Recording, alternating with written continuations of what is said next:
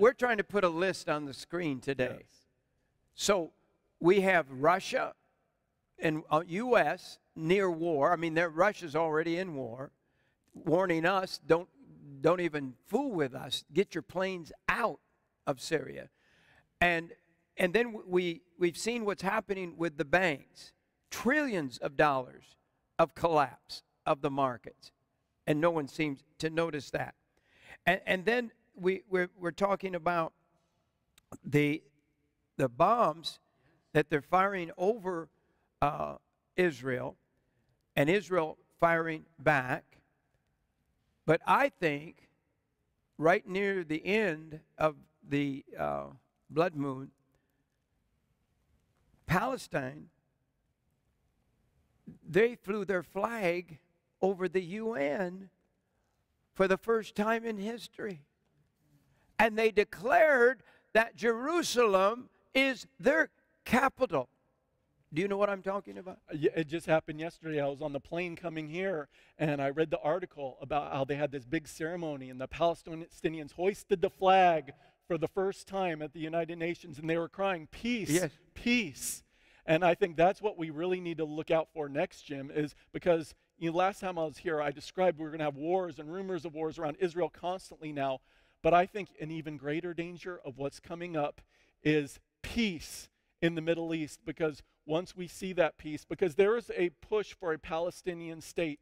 Just a few days ago, people were expecting this vote at the United Nations that they were going to vote whether on a resolution to establish a Palestinian state. Well, it got put off a little bit, but just a couple days ago, the Jerusalem Post reported that this resolution is still in play.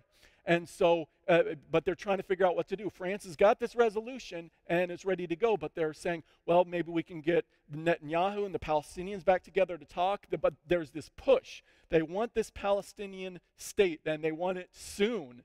And so, and when it comes, that's going to be one of the absolutely worst things that could happen, not only for Israel, but for the United States as well. Because for Israel, it's going to set the stage for wars unlike anything we've seen in the Middle East before. But also for us, it's going to have deep, deep consequences. It's dividing Jerusalem. Right.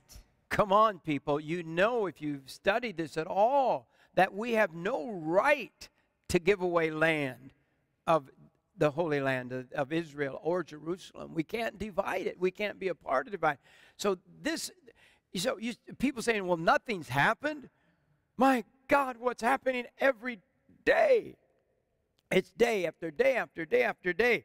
So at the same time, the blood moon, the final blood moon, we're talking about the United Nations, 150, the most epic meeting of all times of the UN, is taking place on the day before, the next day, and the final day, the blood moon. Some say the blood moon is the 27th and the 28th, so I don't know.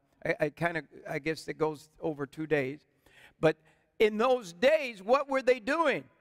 The UN, our president was there. Putin was there. Leaders from all over the world were there.